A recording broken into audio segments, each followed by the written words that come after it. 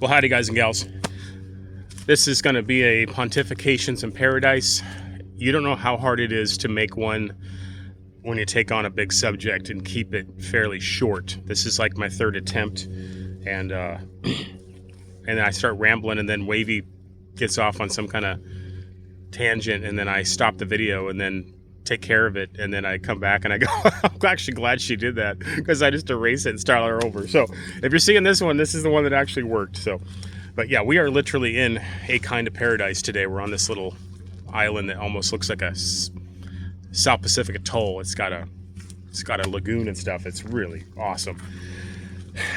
Okay, so the subject I wanted to try to bring up and at least touch upon is this idea of being alone. Okay, alone out here in the world. Okay, so volumes, multi-volumes of books could be written about this subject, right? It's the human condition. But in the context of being out here on a solo trip, like, for example, I have been out here since October 15th. It's basically April 1st now. So what is that? Like 5 months, five or 6 months, isn't it?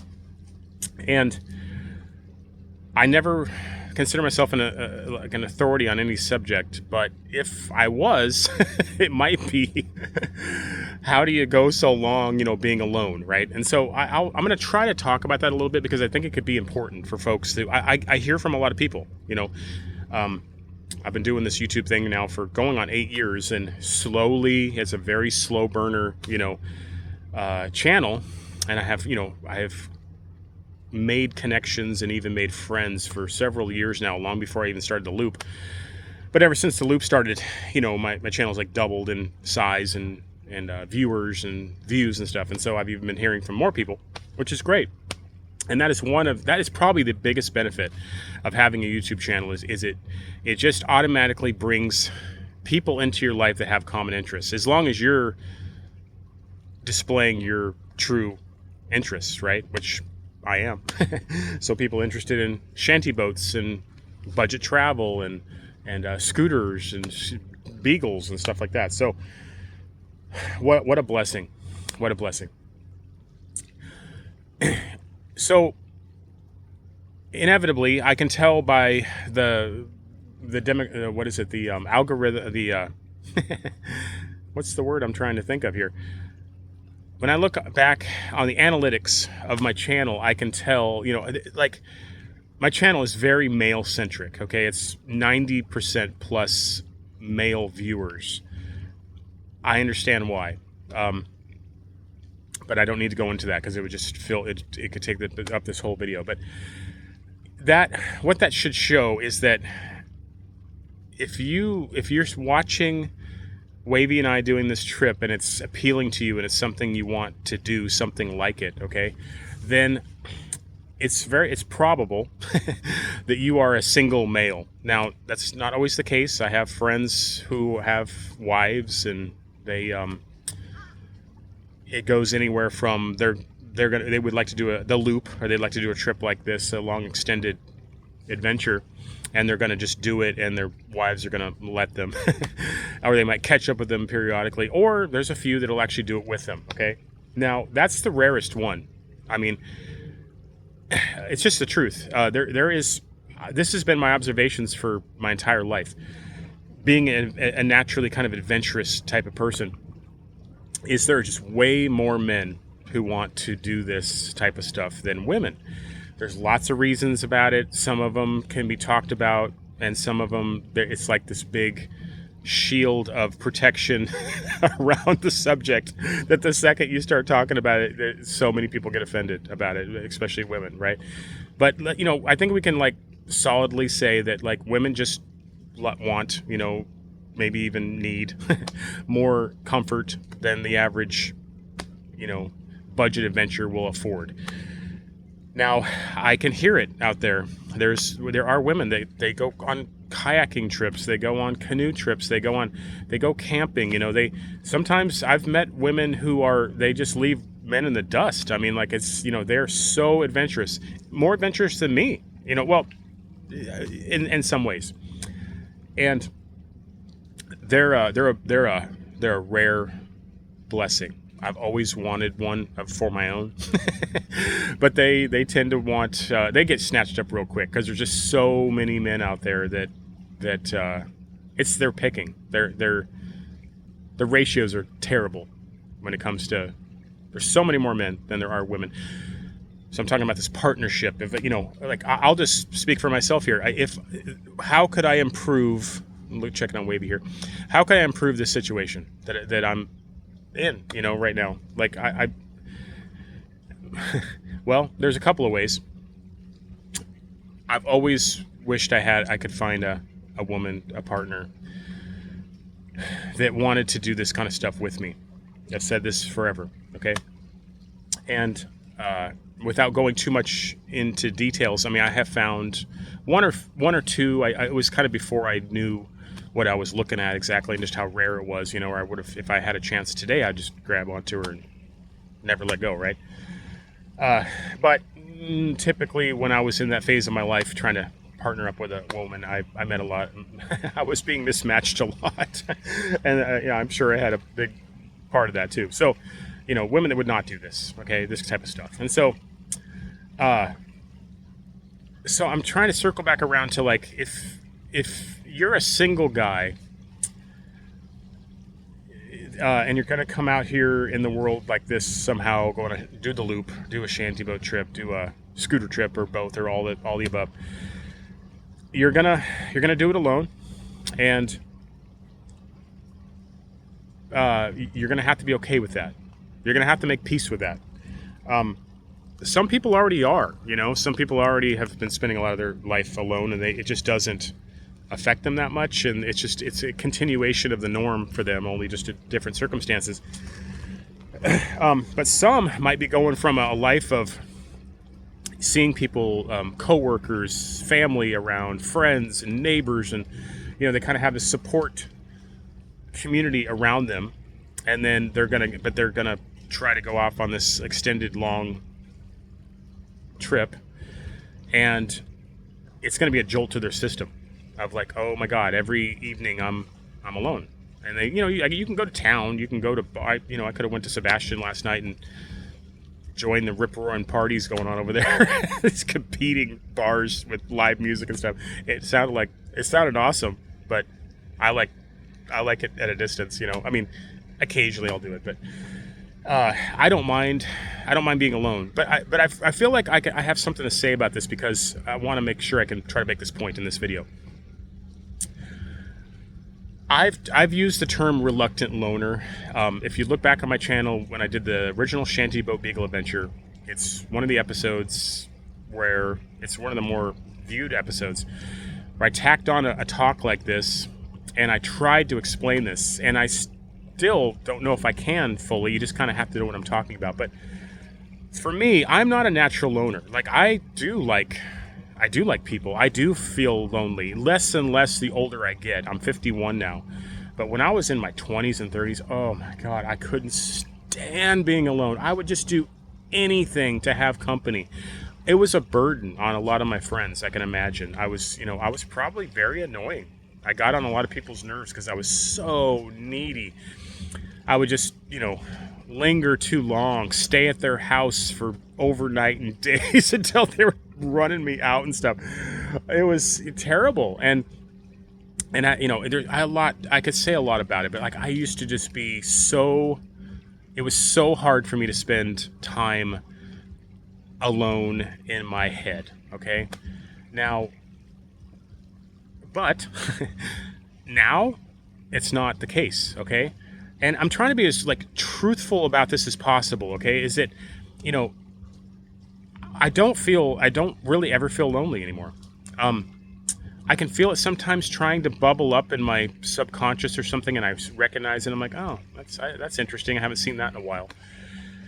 A lot of it just might be maturity, but I think a lot of it actually is, and whether this is a good or bad thing or not is up for interpretation, but a lot of it is, having access to the internet. Like, I can, in the evenings, I'll just sit and I'll listen to podcasts all day when I'm doing 5 miles an hour out there on the loop, for example. I have my favorites I check in with every day.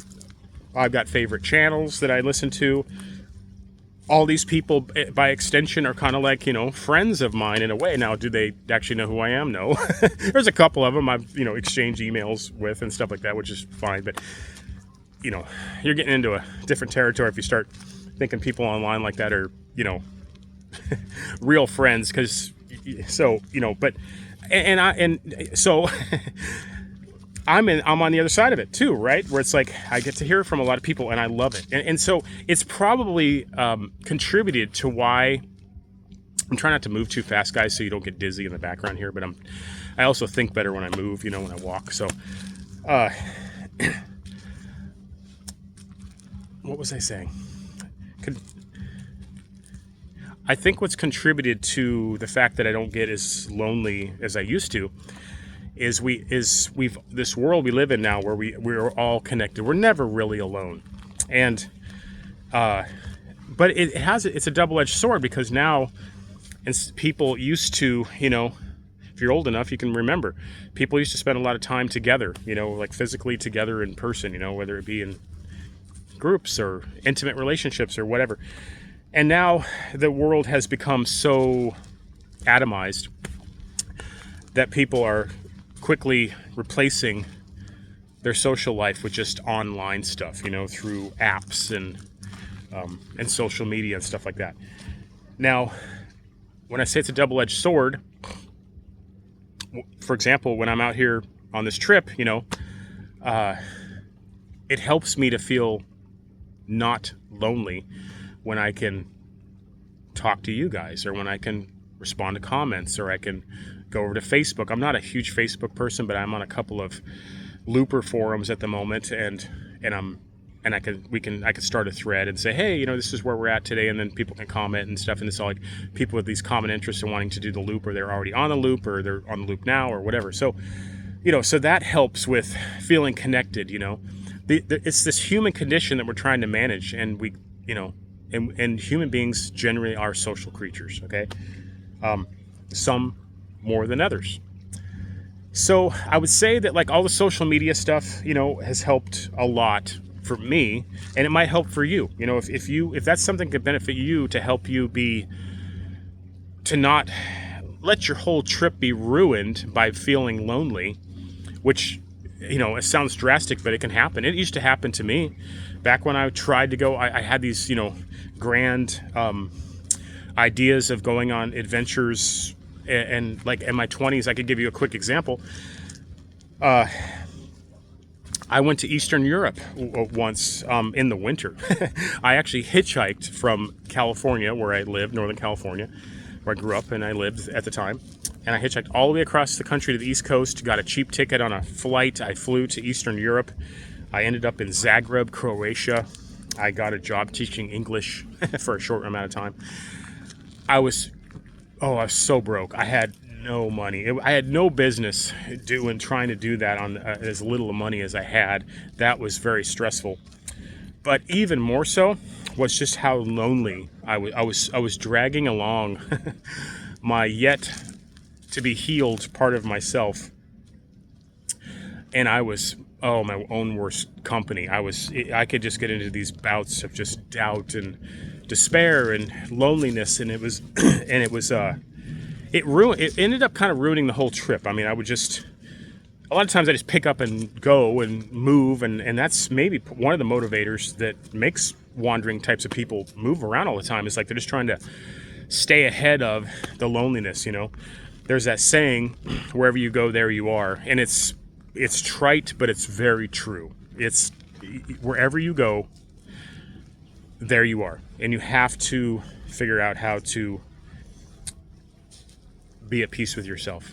It's not going to be a all the time thing. If you try, you'll disappoint yourself, and it'll feed into that vicious downward spiral, of like being hard on yourself because I'm not supposed to be lonely. I'm stronger than this, or whatever. It's a complex thing. There's a lot of psychology involved with it. But for me, yeah, that's an example. I ended up just coming home quickly from Eastern Europe when I probably should have lingered there longer. And I had a lot of opportunities that I just could not see because I was too stuck in my head. I had opportunities to meet people and probably make friends and ultimately solve the problem. And that was my long self curing of this haunting that I had since childhood of just feeling alone. Now, again, not to go down this rabbit trail because it could easily turn into one, but like, that where mine started was my childhood. I was left alone so much, like my parents got divorced when I was young, and my mom didn't really pay much attention to me. My dad went off on his own next life and did not pay much attention to me either. And so, I was left alone a lot. And that made me kind of a needy person, and so of no fault of my own, And so, you could say that, like, if you recognize this in yourself, like, I would love to go do this or that, but I don't want to do it alone, okay? I have said this for years also. If you're waiting for someone to do something with, you're probably going to wait forever. You're going to wait right into the grave. It's too bad. But, you might get lucky. You might find a partner or a friend who, they like hanging out with you and you like hanging out with them, and you guys can go have adventures together, male or female or whatever, platonic or romantic. I mean, the ideal one, right, is to find that romantic partner who's also adventurous. Men and women are very different. I know that we're not supposed to talk about that in this postmodern era, but men and women are very different. Okay, we truly are. Men are from Mars, women are from Venus, and we're kind of commingling and hanging out on this planet Earth. It's the most brilliant summation of men and women I think has ever been spoken. But if you don't know what I'm talking about, then you're a youngling, and go ask your parents. It was a great book in the 90s. Men are from Mars, women are from Venus. It's actually got a ton of wisdom in it. But anyways, so, what that means is you're either going to be very blessed, and you're going to find, if I'm talking from the male perspective here. Most of my audience is male. I'm male. Okay, so you're either very blessed and you have found a good woman that wants to do this kind of stuff.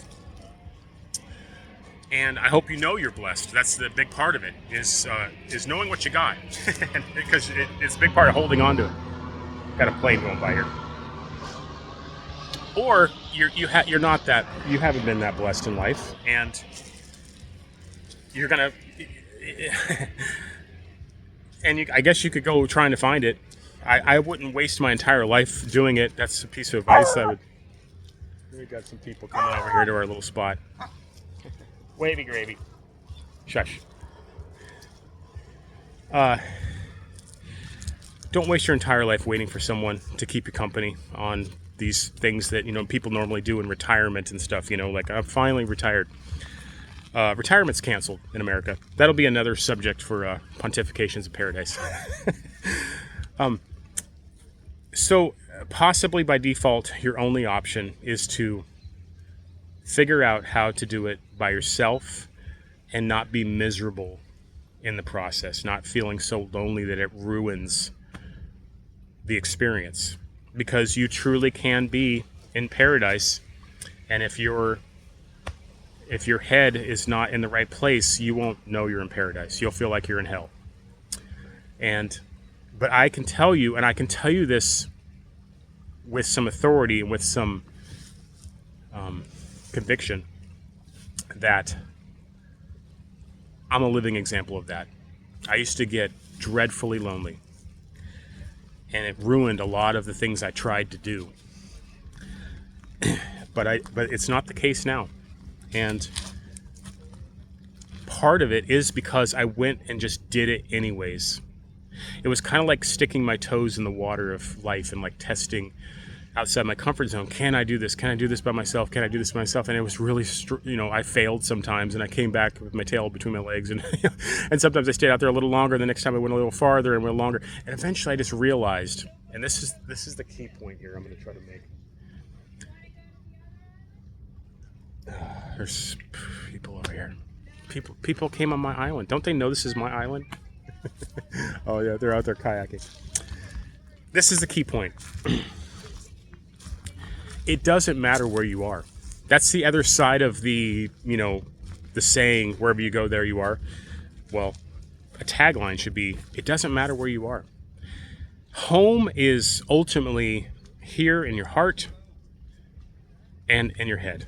You carry it with you. And you can go anywhere and you can feel at home. I've almost gotten to the point in my life where I feel at home anywhere. This island's my home right now. The shanty boat's my home, and when I'm home, I'm in my home. I'm a home base. I like having a home base. And so, since you're carrying that with you, then you don't have any reason to feel lonely. Also, try to keep in perspective. We're living on this rock in space. They say. I'm just kidding. We're living on this rock in space, and there are 8 billion people here. You're never alone. You might be around strangers, but people you haven't met yet. Some people say that. A stranger to someone you haven't met yet. Quite possibly true. Don't be too naive though, because there's a lot of people you don't want to know. Trust me. But if you got good discernment, ask God for discernment. It helps. That's one of my biggest prayers I make every day. God is the secret decoder ring to reality. It tells you what's true and what isn't. That's just me. You're never alone. Just if you feel like this is going to be a hindrance to going out and having an adventure, I promise you can conquer it. There's going to be this time where it's very uncomfortable, but you can get through it. What was that show that had the lifeline? Maybe you'll have a good family member or a friend or something you can just call and try to help you through it. If you have these bouts of loneliness where you feel like you're just going to throw the boat on the trailer and go home because you can't, there's no one to share it with. You can get through it. And I can say that because I've had to do it. So, okay, guys, if you made it this far, thank you so much for your time. Hopefully this was worth your time. If you have any thoughts about anything I've talked about in this video, I'd love to hear about it. I read all my comments. I used to reply to all of them, but I just don't have the time anymore because there's too many of them. But I read every single one of them and take them all in, and I appreciate them. And so, yeah, I feel like I'm in a very blessed position to have made connections with so many people, And so, with all the problems of YouTube, trust me, there are plenty. One of the one that really cancels out most of those problems is being able to make connections with like-minded people. So, appreciate that very much. Okay, guys, I'm gonna go walk wavy. We're gonna get back on the boat. We're gonna continue on the Great Loop. We're slowly heading north. So, stay tuned. I'll see you over in Backwaters and Backroads. Stay tuned.